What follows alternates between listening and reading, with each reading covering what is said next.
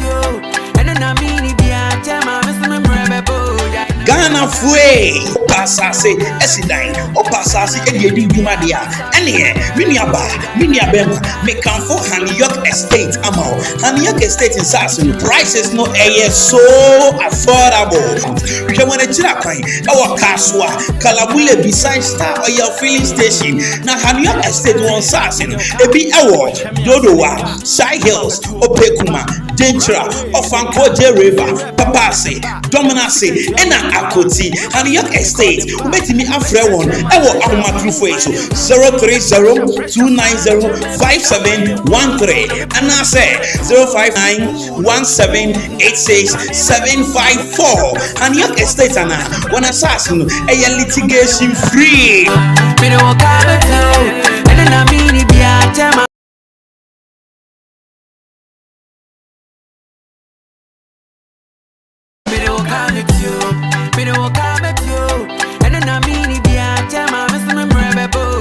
Ghana fue pasase esidai o pasase ediedi dumadia ene miniaba me can for Haniyok Estate amao Haniyok Estate in Sasin prices no so affordable we want to chira kwan our kaswa kalabule beside Star Oil filling station na Haniyok Estate won Sasin ebi ewo Dodowa Side Hills Opekuma Dentra Ofanko River Papase Dominance ena Akoti Haniyok Estate ubetimi afre one ewo ahomatrufo eso 030-290-5713 and I say 059-1786-754 Haniyok Estate ana one assassin a litigation free.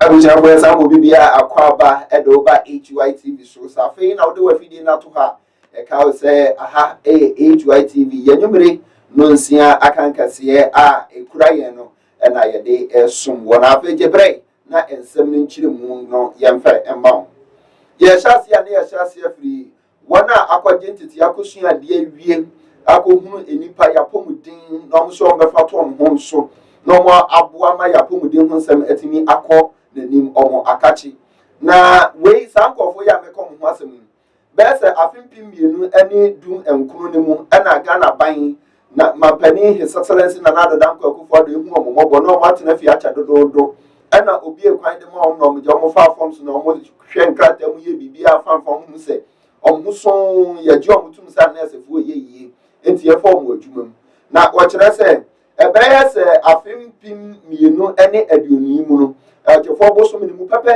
eni eje omo akatuama omo ayire so omo akatuya no emma enti akwa ya buachi bidin omo se ya omo ya papa efiti February bepim sabri akatuya wansi dimpo omo nsankan eno omo buafu omo kire se ne sade a aban si pusu na se untie na se wonhwe na wonfa sika ne eman ya ade a kasa ba akopɛ ene brofo ba akopɛ aban no otia ne demonstration nti on beti om ho agum wonten so de thermometer no e ba beto fom ayi a mo de hihye mo aso asa wokman om de nyina be gu fom na entade white brown ni green ni wenyi nyina no om ayi nyina gu ho wuro mo shoe de agu nchen kyese om nko adwuma mo enkonkosua enkonkohwe amanfo ma ayaresa entimi enkoso om se asem ba ko ahye om kura ne se om nua ba ko ye fere ne Benjamin Moro na ono kamese krata anase kada ebedi adanse se oye adwuma ewo health emuo no chese ebi nkura no eye ne ya papa se obi ye adwuma bia na ya ne ma na krata bi edi adanse se wo ye adwuma yeni se oba HYTV akra na ye friend ID card na ke aye card bia ma kire se wo kan ye ho ukoba bia no na be yi bia kire nanso Benjamin Moro de bepem ne nsa enka ne de fa no 2019 bepem ne nsa enyanka ne de enti we akwakoye afidie bia ehu papa so obi be ye adwuma wo apomudin ahwe anasa atena ye na card ebedi adanse so ye adwuma ho no ebi nkura no na bebi sansa de ene ye no benam so ma abonefo no ati omu agum aye adwuma ni bi e de afremu ombe ya baye kotobekumuma na wo kire se omuma aban no bosome baako se aban no entimi anso de waka na sika eka wodi omu no wantuanyi nyina amfa ammo dia ene omu beti omu agumonti so asensem we omu kan se no enya se bi omu fiti prekupe ya na omu kan emum omone empanimfo atoto wurofo atena se adi nkomo ahwehwem ana omomo mu akonya se yabo bia na se bia enkode a ene na monti muhum monten so e omone registered nurses association akọ asetena edi nkomo na so nyina no emuaye bia amfa amba ene adehye pi na yehwe omokra se omo chochoro krata amfam kọ asoya hodo nyina so omo yin nyina omo afam de omo na so emuaye bia amanti sesi ade omo aban no bosume baako ombeti omo agu monten so ewusia yeto akase bono eso yeto akase bono so de na ye de ni echre eye epoye mantem na opiemu ewo epoye mantem a na owura William Kwame Atemuji ena ode nsem kakra ede atudwa se ne Ghana hanum ye Jacob bi mamekabi etumu no wode nsem kakra ede atudwa o kire se eye owura free akoto a oye agric minister de ombo ne ho modem kra eba no se ombo adwuma ewo na so ye de a na chese hu ne se agric minister ombo adwuma kra uti se ne dwumadie no enso ani ntino aka se same radio no osusu se aka papa yi enko no ne nanam nom enko tena se ene anansesem bia na oto amamu na ono de hu ne se agric minister ne dwumadi a odi no ombo ne ho modem kra de enti a okase agric minister embo ne ho modem ni nyina ne se ose wo hwe sika twitwiri dia ye de ama aban ene ade a anka wo se sika gi we nyina yetimi epia ede hye eye kuadwuma mu na kuadwuma yetimi fa ne ntuma pa efura ewo man Ghana mu na so ye hwe ne sa ye hu no sa nemu de ekoso ene se agric minister ene ne payfo momfa sika no enye de ese Anubekum. We have leaders who doesn't think outside the box. Nemono we borrow to consume. Eurobond baby buy omaji wa Ghana. Ha. Akwaje no me pacho enye loans. Enye dollar na we di betwe ye best subsidies de kwakotua. Then ye dey generating more income exportable goods ye dey back kwa betimi the foreign exchanges yabre. The government is sleeping, is rather thinking how to impoverish these people and steal from us. Until the say we have to agree na efeli. NDC abreso John Dramani Mahama Hunya Esebi or ye visionary leader nti. Onuma ye compare loan e de beto ho improve agri sector mba no be no one whatever they call it planting for food and jobs no. Sanka yitimi de be any course ye. They who said this sector be a region back. I know say the utnasana say reading now share. The whole one region what Ghana habit me produce rice in SS for export.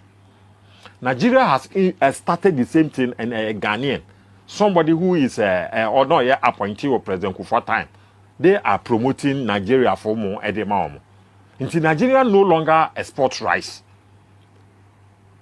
Nigeria, they don't import, they export.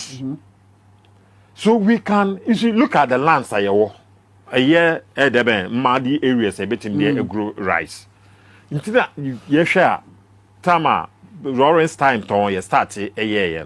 But and then I say, because the government are turning on into contractors. Recently, you catch a poultry farmers. Yeah, import and chicken frozen way no. Yeah, we put a tariff on them. So what they buy and produce you Ghana, honey, you reduce the agric inputs no. Until input now what they buy chicken and yama they buy export no. Sa nyama ni na ye tete so se ne be ya mo ya be nyamfa so. Until yes, let's abandon the ni fan call non business on Nankasa ye the Council of State.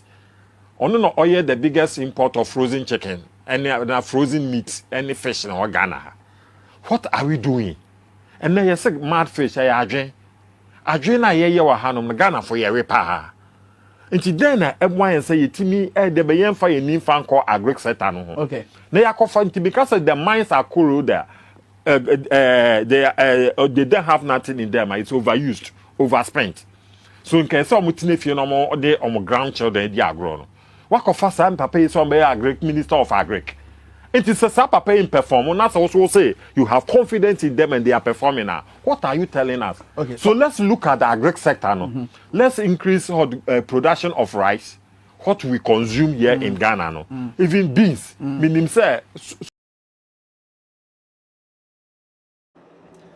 Abushafa yanto akase abana so emfamani entumrika emfiri kaso a ton we dey ya waka south nti ene enkran na yenko mfimfini mantam central region na pani a ono ene ye dwamtirani edema GPRTU awo mfimfini mantam ade anamanfo no de ensem bi yantam no ana enya asam keto akora akohwa netu ase akonya kire nse papa no nsi fom onsi fom kura se GPRTU chairman enti asam no ekoko wiemu ewo court na enu ada a na eye aduada osana abosom ne da etoso aduonu mienu ana Cape Coast High Court 3 akọ asetena na ode ensemi ebetu dwa no kire se asam no ma hwehwem ma hwehwem nyina ma hwenkrata mu nyina wie afi atemu ni owura ahaji RS ati me pacho odin ma mfani ya de ochoro no churoti a de obo no obebo ati ntiza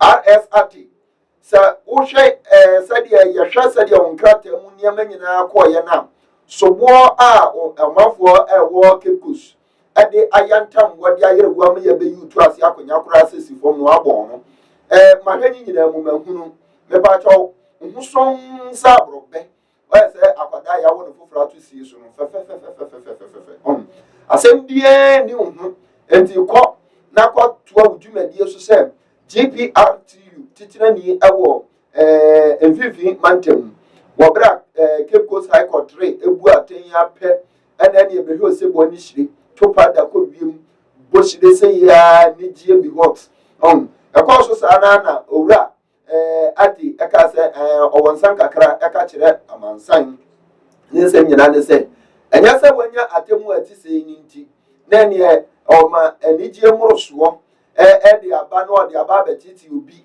ewo office wo de bi enya sa na ebekoso on de na se munie obi bia asem ye koso yi nyina ba se de be ya nyame bema nokora no atimi adadi seja osrefo osrewo a ochia ne pa osua wasa ochia ne panti na akwese sofo obi beka obi ho samsan ne agini obi position ne de amano sofo obi aminim no saa na ote keka manfo ho samsan nti manfo bi na keka ne ho sam ebo ne dimboni panti ne black mo hu so no de yomo de ye ka ne krom a ho no ofiri eye ne saa na so ono de onte saa da na mo ba wa benu ma metan obi ani ohia enka bom ohia se GPRTU adrabafo ne asenka omunyina be kom ho bom adumafo nyina be kom ho bom na omo aboa ema mfimfim mantamu GPRTU atraye no eno so etini akwankan pa ewo Cape Coast abusia ye to akase bono eso ye to akase bono so de na de ni ekre eye puye mantamu a hon mo abium na nsema ebobo fi wo aba no eye asefim pa na eye ECG Electricity Company of Ghana wonam eye won general manager a wo eye krobofo asase so ewo eye so menya ena wode insembi area tudwa wo kire se transformers ahodo a wode di djuma ewo potem honom ema manfo enyinam kanea ma wotimi di won djuma no nipa bonfo bi na mesuma se akosai se transformers a wotimu se amasisi anu sika twitwiri di a ide kwako sisi transformers no enye fidi agrokra enu nti no wo bomodi ase wetimi ata nipa no anase wahwehwe nipa no no wehu na kyira kwan na enon mu no ena MCA wo ho no eso ede atudwa se obi biara obetimi aboa amayetimi enya nipa bonfo we no wo abasobode ahodo a wode bema sa nipa nti no obi biara wunim se krobofo asase so obi afa sumase akosai eye ECG for one transformers ahodo a wode ema omanfo kanea no bemodi asa obetimi abo na mane no wetimi wonsa etimi aso omanfo we mu na wone won wode won akogina eye mmra enim na mmra no ene wonadi sane ese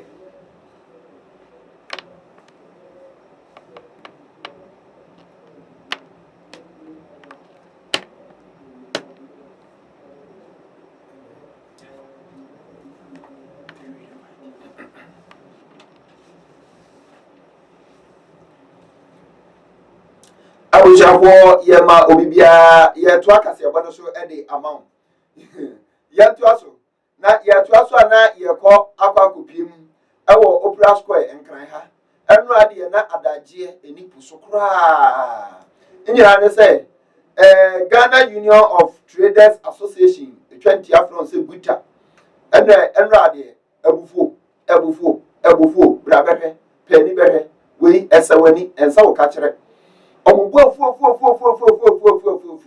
nyina ne se sidi a dollar no eso ni mu a ene a het se class 1 teacher bona tentem diwa na se onya no wo ring mu so de ani ayite powers na ode hye na ni hu sam se wanya no wo ho so na okopiem awa mono ne de a ene onya ne de a o chen roman reigns ene black luster tumi bobbo no teti ano ya sia manu say yes sidi no onu so ntimi mie na no ka hwe sidi ne na ho mobo sam asese bi akwada akwhwa aka no na ne ma me agya no hokofo nu anya na aduane na mo mobo sam enti ano ana adehia ewo edwadifo yi etina ase no mse ne ye be friends ntrofo nhyiamu na owura Clement ana ono ana ye chairman vice chairman edema wona edi ehyen hu dwa ene eho enkan no vehicles and spare parts dealers or tina say ede etirechire mu die ntia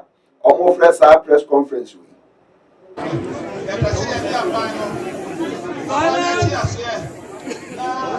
solution to the problems in war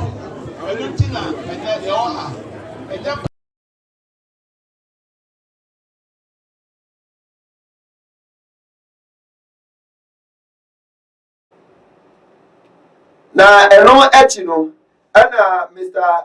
Brain Sebe also eto aso edin sam kakra etu dwa kire se aban no aye se ode eboa se uko yi uka anase wo niam bi ba na uko akoyi a duties sika etwa se wutua no aban no abom amane se ode sika ode ohamu nchichemu aduasa num 35% ana eba ba peso no mu atua sanse aban ni hia sika no ode abuman no na also anya sika akra na ade akokra ene emafira ho no na ba kire se wo kakra wo ho enti yatum ohamu nchichemu aduasa num 35% ya de peso ede amount watimi atua no se ohu aden anya 10% anya bia 5% bimpo se de adane yeto a akyerkyerefo akatua mu ayekotu mu 4% anya no bi memu ye mass wa 35% ade aban eju nyi ni pa kakra ja pa ben kurani ono so kire nsem ne mu sei Brian yeah, Vice Chairman of VADA, which is Vehicle Assets and Dealers Union of Ghana.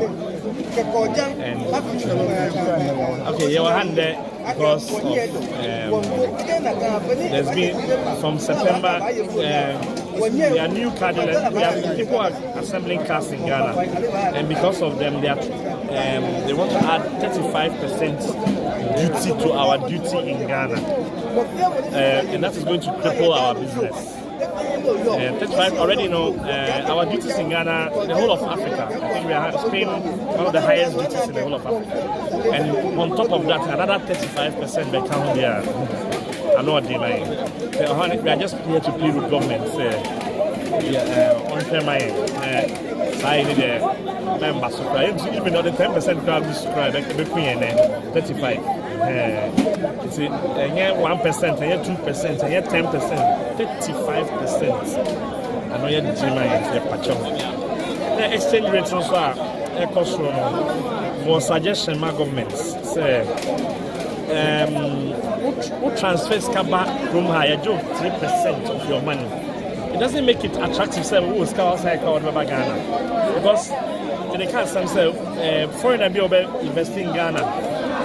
If I saw the $5 million in Ghana, then each $1 million because of the other Ghana, we lose $30,000. Why should he bring them this money to Ghana? So all these things we are saying about when I think so you start 3% now.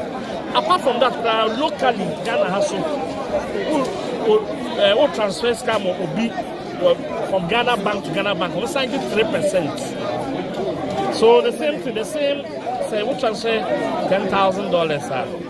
3% is almost $3,000. Yeah, sorry, 3% is $300. $300, okay.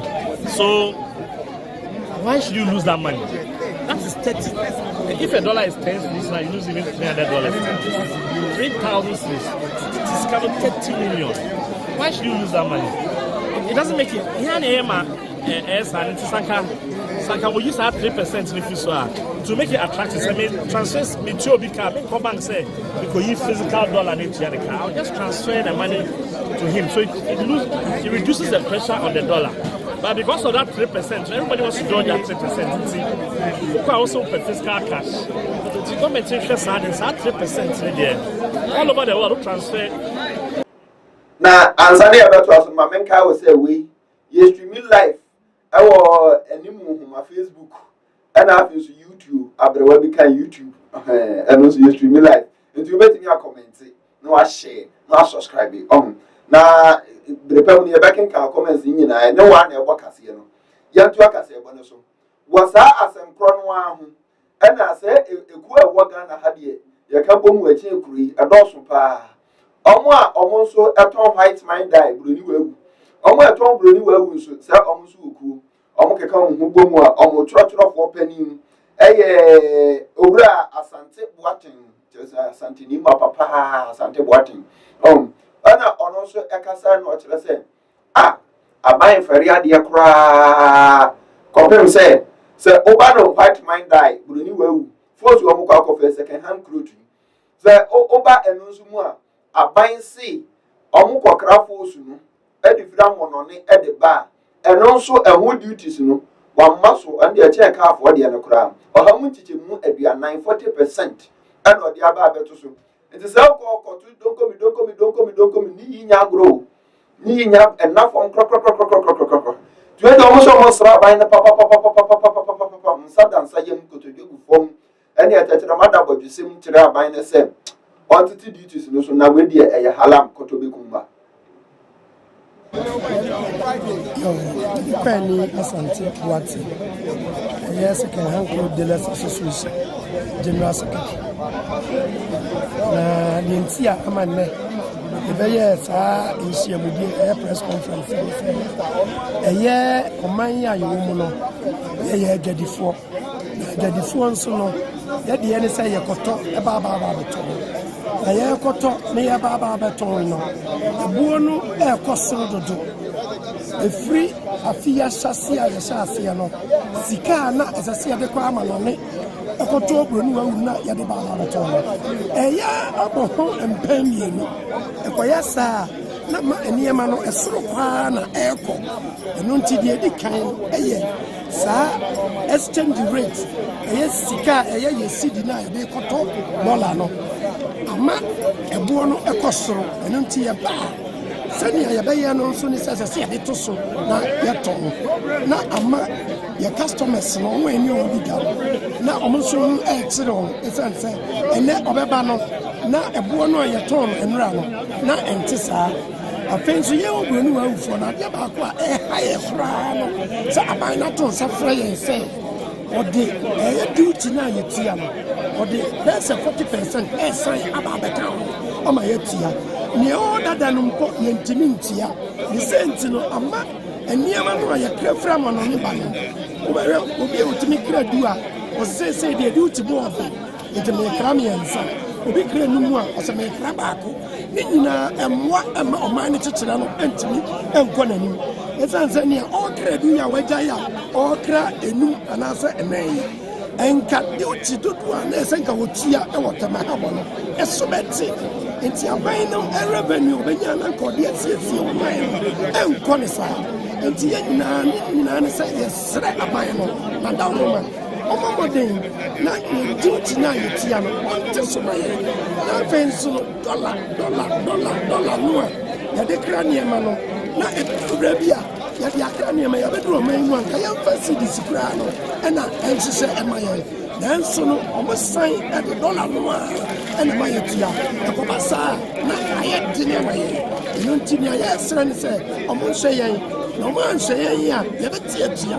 enei de de kan ene se ya enfo ama ya ti ase se ya koi ya fa ko de ye bi bo yeti ene ye nsa ne ye ko mi ya fa ko sin se ye store enimu ene na ho te pepepe obie ni wa obebie ni shop na we enu nyina e kire se ye dwadie no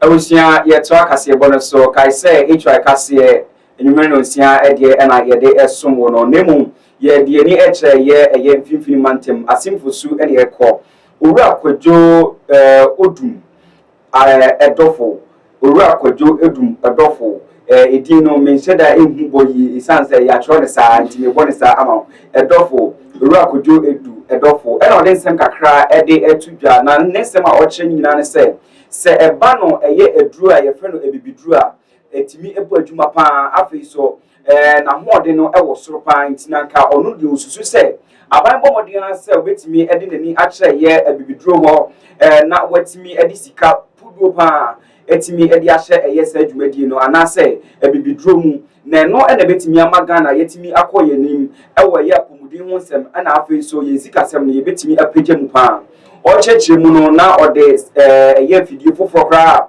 ode aba eye naso ye a ode ba be kyerɛkyerɛ ɔmanfo na afei so wahwɛ ama apomudin ho nsɛm atimi akɔyie na saa ebibiduro yi a wɔka ho asɛm no ɛna ɔkyerɛkyerɛ mu sɛ saban no etimi nya brɛ ɛde sika puduo no ɛhyɛ mu a ɛbɛma ɔman Ghana wiase afa na nyinaa no obi abɛte sɛ yɛwɔ bibiduro ahodoɔ bi a ɛbɛtimi asa yareɛ ahodoɔ ɛwɔ Ghana ha sei ndame bi abɛfam research free bi na ofrene clinical trials na ade no ojimbe na ojisika so nti na yɛbɛpɛ dɛ abanzi futu bi besio a obɛfrɛn traditional medicine development fund dam futu no ono bɛda hɔ a obi wɔ hɔ a ɔwɛduru a yehu dɛ ɔyɛ adwuma na mu maka ne mu hwehwɛm nso sɛ ne sika nso a na wɔdze dam futu no mu sika ne bi aboa no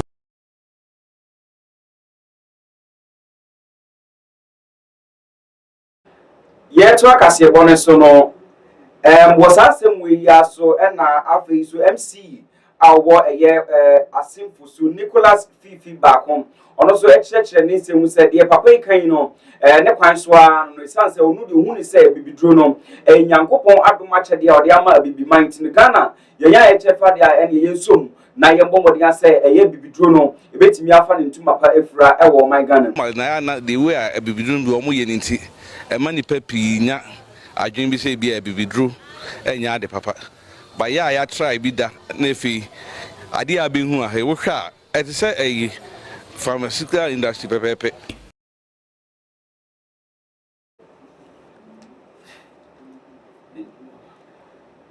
abushafo yanto akaseɛ bɔne so na ɛkae wo sɛ yɛ streaming live ɛwɔ Facebook na afei nso YouTube no so bibia ɛdem na yɛde kaseɛ bɔne ɛbɛkɔ ahomegyiem na yakɔ akotwa yɛn ho baumes ɛden a you be back na yɛba ɛyɛ edwadie mu nsɛm mami ɔkye trending ɛwɔ social media ɔsɛ Ghana papa no aba we nso ɛyɛ HYTV maame no ɔde edwadie mu nsɛm ɛde bɛto akaseɛ bɔne so yɛne ɛhomra sisi ya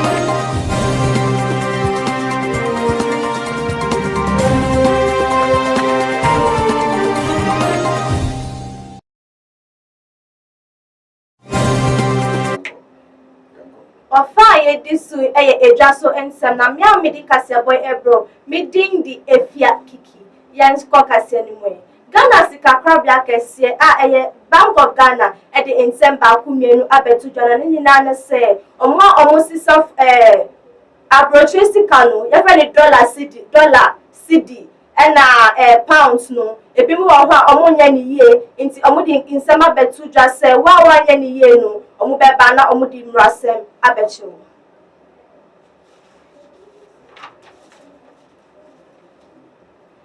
to KASEɛ no so still na Bank of Ghana and omo di nsem ba ku mienu abetu dwa se uko Google Play Store utimi download di sika krabia bia fe no money lending ni nyina yesi krata sama omo di esa ne money nyina enso eni nti se omo ahwe no omo amfa kwampai so a omo eni omo bedi papa aha ena yedi ejadi ensem no ebesi kai sa mi amedi KASEɛ bro mi dindi obapa kiki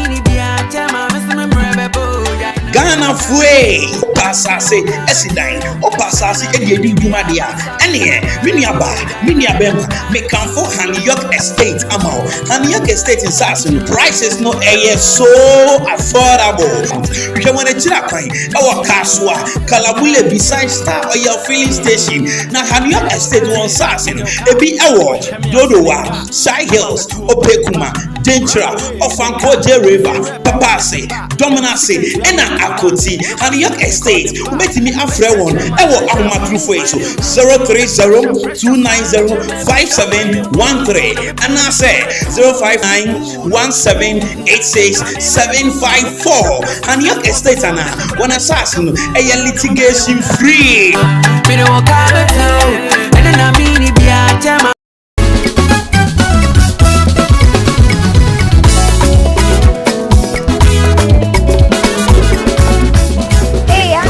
Hey, I don't know myself. Auntie, no, me mammy are in Tiana. Me feel school ban my baby.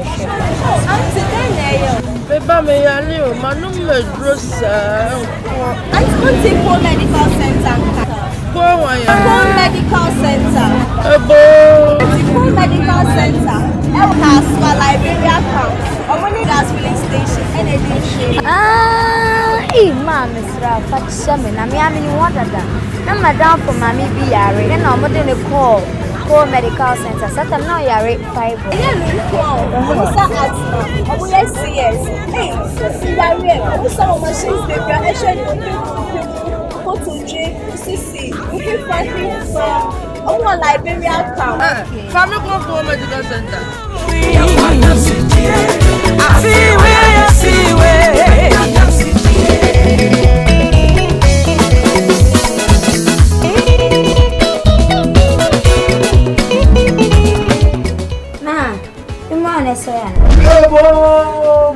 Poor Medical Center. We care.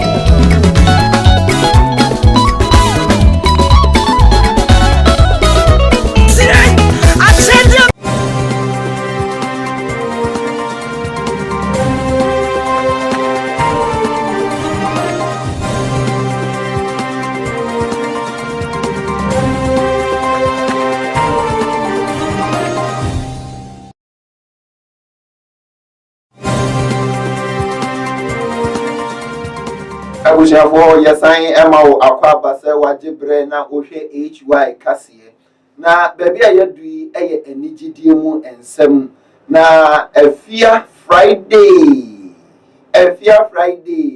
ede enigidie mu ensem no so eba besomi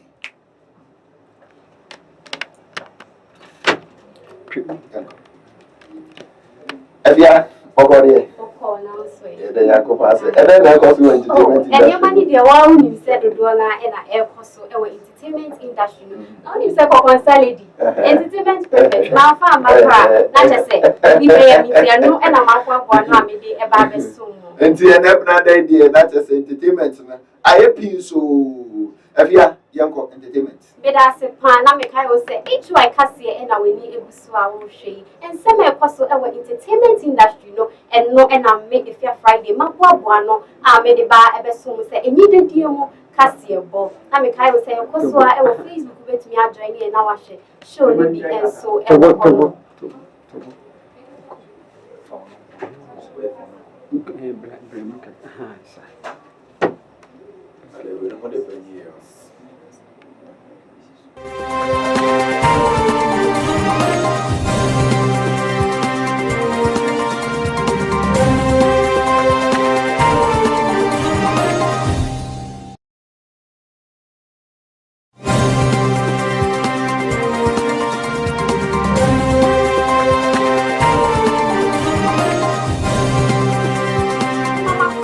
na me kai we say HY KASEɛ na wani egusu a wo hwe na ofin ya edusu enije die KASEɛ eno na maboaboa no de e ba beso mu na mo ni entertainment industry ni de nsem empa ho mi di e Charlotte efia adogo na so ye hia we chiri ba betimi afra me efia Friday meje wo so fefefe ye sha ase ada ye sha ase e de fi ekua polo sexy polo na kache na ye sha ase efi enche na wakasa hu videos bi a etwem se eye akua pimpolo afedie waba abeye muslim na nkrofo kikansem na so odi video ababonti a otwem ni etia washa se obeye muslim na video ni mu na otwem se eye ne baba ma no eyade a ne papa eye muslim entina ekire se automatically no ono akua pimpolo no so akoye muslim esanse ne baba ma so akoye muslim entimfum so bia enim se wakoye muslim. A lot of people are wondering with the news they heard about me yesterday, Polo converting from Christianity to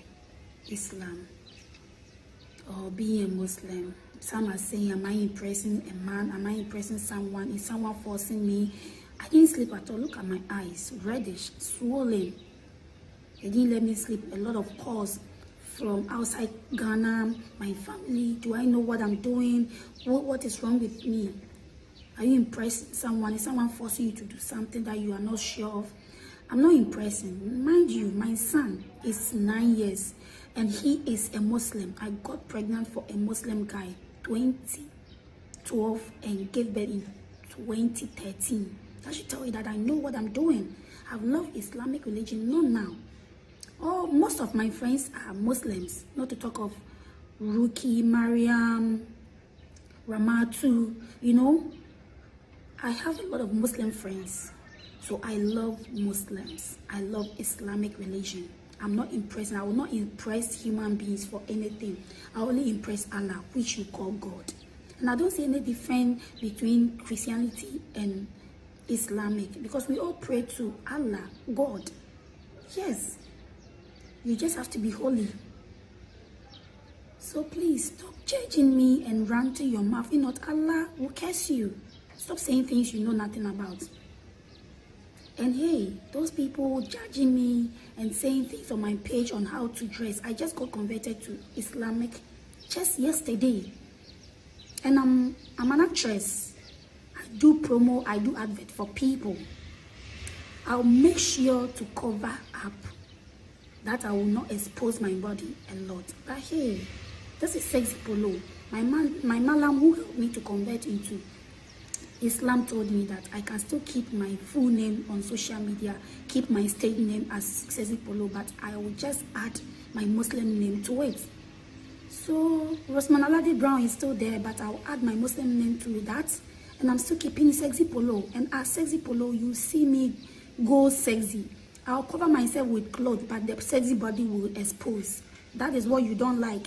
You hate to see my cute, sexy body. But I'm sexy. I won't expose my body. I won't wear shorts, pants, and things. But I'm still sexy polo. Keep that in mind. Thank you for all the Muslim people supporting me. Thank you, Madam Kasim Sinari, Miss Kasim Sinari. Thank you for all my fans in and outside Ghana, my celebrities who have been supportive till now. I love you. Please keep on supporting me. It's still Ekuapin Polo, just that I'm following my heart. And my son is a Muslim. And I've loved Islamic religion, not now. I love you. If they pay you, kiss, kiss. Mwah. I just woke. And no, now what's say, no, I they pay you, kiss, kiss, no child kiss, our honor. If your people listen, it's sexy body, no, ask them when you air bracer. Now, a move and I got for the ceremony, there, back can you see, oh, you wait for trains, so you wait for trains. It's in the first time I'll call, mocks, no, and was my video you once, and I got for KASEɛ, a yadia me, a dear son, a dino, it's a people, a video about once here, now I come mocks, or Yanni Niama, or Bompire, actually Allah, and they mean so, or Bompire, my Allah, so protecting the dear, and they mean said that a new, now so if your people the video never once and bra or call mocks. هذا القرآن على جبل لرأيته خاشعا متصدعا من خشية الله حسبي ربي جل ما في قلبي غير الله نور محمد صلى الله لا إله إلا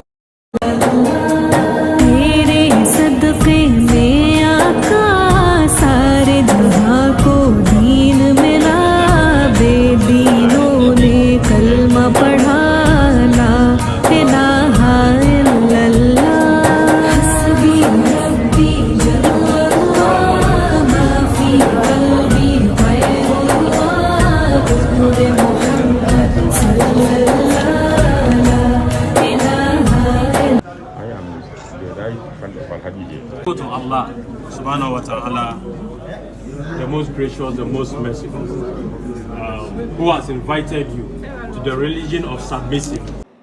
And no, and I now Muslim him boy you wanted to say and you prepare and now only baby mamma say so I can need your jayo okay Muslim no and no interest sets where can they all for my if you are now you go straight to the camp of Yvonne Nelson Yvonne Nelson Edin Sembi to ja ochem say we di man penny na na dan kwa akufado hu ya oye pa esan say e yade a odi Ghana ye daachi edi agro esan say promises are making na no enya dia o man penny etumi edi sa promises ni nyina eso eti we di ne hu ya ye pa ye free hwan ye di ani etre eye emerado any lyrical do akati so wa wunim say enche na beefing competition bi ekoso we e dropping nyuma na we a dropping and nam so ema emerado ekoka eye nsem bi ewo ni Lewis bi ma o chem say eye lyrical do ni followers and also and sing eye shatabando nsia egu nenum na shatabando eti nsemi eye ni yaye panti onu so ba bonti a odi video bi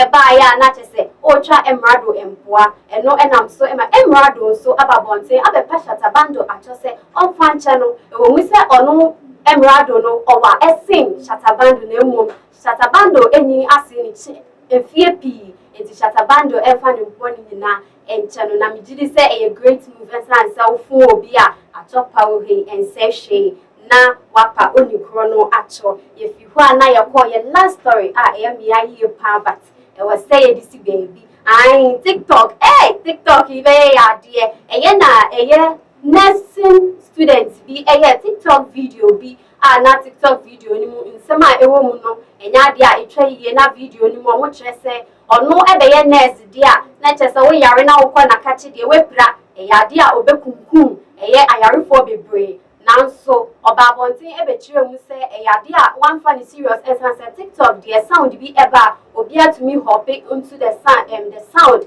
e de video e man trending na mom enye ni nsusuye ana na adwen se obeku obi biara obekwa akode ayaresa e woni ho I don't want to go to nursing school, but my parents are forcing me to go to nursing school. So I have go and buy the forms, and I will be going to nursing school very, very, very soon. So in case I graduated and you see me in the hospital, I mean working in the hospital, I'm begging you, ladies and gentlemen, run for your life because I may kill somebody there. I don't want to go to nursing school, but my parents are forcing me to go to nursing school. So I have go and buy the forms, and I will be going to nursing school very, very, very soon. So in case I graduated and you see me in the hospital, I mean working in the hospital, I'm begging you, ladies and gentlemen, run for your life because I may kill somebody there. I may kill somebody. This trend, a Kenyan comic did. The trend so far, yes, a Kenyan comic did. And on TikTok, if there's a sound that is out, you always try to hop in and explain, like, and exhibit your talent. Then I decided to also get into the trend. So I used my uniform to do the English version. I went in my TikTok page again and I'm seeing comments again. They were like, I should please do it in Wale for them. That is my followers. I sat for some hours, then I interpreted it in Wale because it was very difficult for me to get the content. So because it's a nursing, like it's talking about nursing profession. So I decided to use the uniform so that it will make it more creative. So I deleted it that same day. But unfortunately on my part, it's like some people have downloaded it. And the thing is, I've like those words were never from my heart, and it's not my intent to hurt anybody in future or now. It was a trend that I hopped in, and I've regretted. I want them to know that it's never my intent, and it's out of ignorance. And to the Nursing and Midwifery Council, I'm so sorry. And no, and I'm who, yeah, eh, my brother, by Prio, and yeah, Prankasa, social media. I was say, yeah, very careful of things. Yeah, you post the social media. At times, never go hard. A KASEɛ, yeah, and the G and Nina, you say, a bet to me, high that to be. It's our say, shame you part and near my eye to social media. And today. Video need your show best and I'm doing them no. And also,